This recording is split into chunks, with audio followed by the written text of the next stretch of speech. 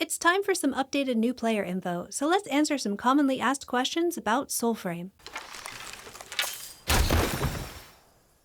Don't worry, Joineries Part 2 is still coming, but while I'm leveling up my reforged weapons and testing out the new bonuses, let's answer 10 questions frequently asked by new envoys.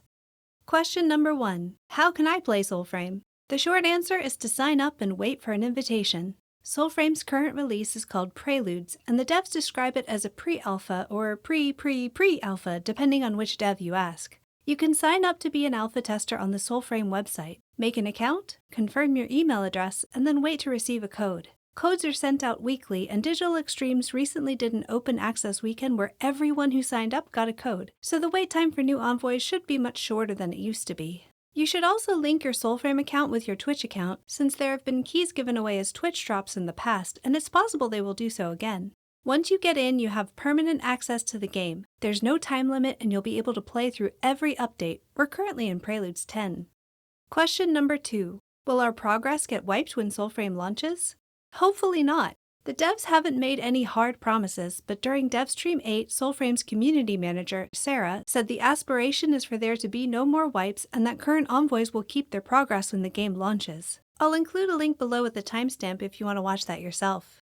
Question number 3. How do virtues work? Virtues affect most pact abilities and they affect weapon damage. You also get plus 10 life for every allocated virtue point, meaning you have to actually spend the point on your build to get the extra life, but you can spend it on any virtue you want. Your virtues affect how your pact abilities work, although every pact and every ability is a bit different. Some things don't scale when they should or scale in unusual ways. You might need to play around with your pact to see exactly what scales with which virtues, or check out my video about pacts. Remember that we're playing in alpha, so this is all still a work in progress, and we might see scaling changes in the future.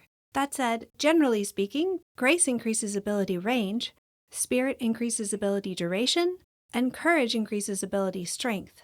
Each of Soulframe's weapons is attuned to a virtue. Its damage will scale with that virtue up to its attunement cap.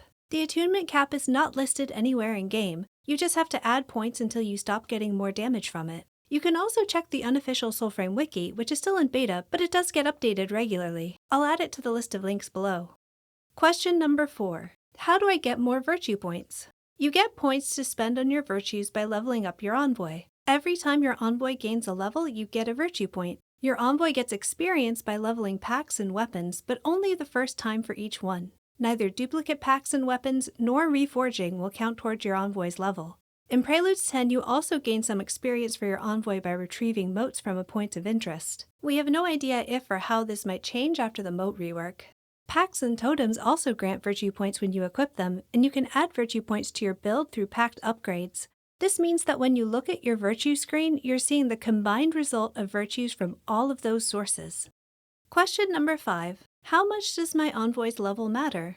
It matters enough that you will feel the difference, but not so much that you have to focus on power leveling, which is a great place for the game to be balance-wise. I'm probably a bit biased here because I'm definitely a completionist with most of the games I play, but I like that there's an incentive for you to try everything and go everywhere. I also like that it's an incentive, not a hard requirement. Soulframe's content is easily manageable even if there's a weapon type you just can't stand and don't want to level. You might be a little weaker if you're missing a few virtue points and a bit of life, but not enough to stop you from having loads of fun with the game. Just play how you like. Question number 6. How do I get more combat arts? Level up more weapons. Every time you level up a new weapon, you gain 5 points in that weapon's combat art, although again, duplicates and reforging don't count. This may change when we get the combat arts rework, but for now you get 1 point in that weapon's combat art at levels 1, 5, 11, 19, and 30. Question number 7. Why does my new pact feel so weak? Pact abilities unlock and get stronger as you level the pact. Don't judge your pact until you get it to level 30. They are all differently strong. As you level your pact, you'll also gain arts that you can spend on upgrades which will enhance your pact abilities or boost your virtues. Different pacts unlock their abilities in different orders, but the way they level up follows a pattern. Here's the unlocking and upgrading order for pact abilities, and I'll put a link below to the wiki entry for item leveling. Question number 8. Where do I farm this thing? I get asked this question a lot for just about every item in the game, and while I explain my answer, I'll show you some of the current drop locations for the items I get asked about most often.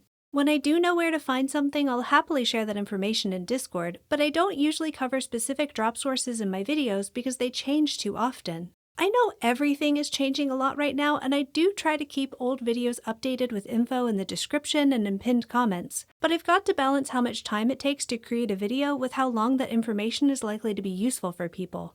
I don't want new players looking at old videos to get confused about what drops where, and I'd end up spending a lot of time pinning comments and updating video descriptions as drop tables change, since so far that has changed much more rapidly than anything else in the game. When I do have information on drops that I think will be reliable for more than a week or two, then I'll definitely include it in my videos, and when Soulframe's drop tables have stabilized a bit, I'll also include more specific information on how to get different items, and even do some farming guides when I have some helpful information to share. Until then, your best sources for drop tables are the unofficial Soulframe Wiki and Soulframe Plus. I put links to both in the description. Question number 9. What do I do now? If you're confused about what to do next in Soulframe, you are not alone. I do find the game's wander around and explore approach pretty charming, but I also understand that it's not for everyone. Sometimes you just want to log on to your favorite game, complete a quest, and feel like you accomplished something. Luckily, I made a video specifically for this reason. It's a full walkthrough of all of Soulframe's content up through Preludes 10, and I'll include a link below. Finally, question number 10. Are you Sarah, the community manager for Soulframe? No.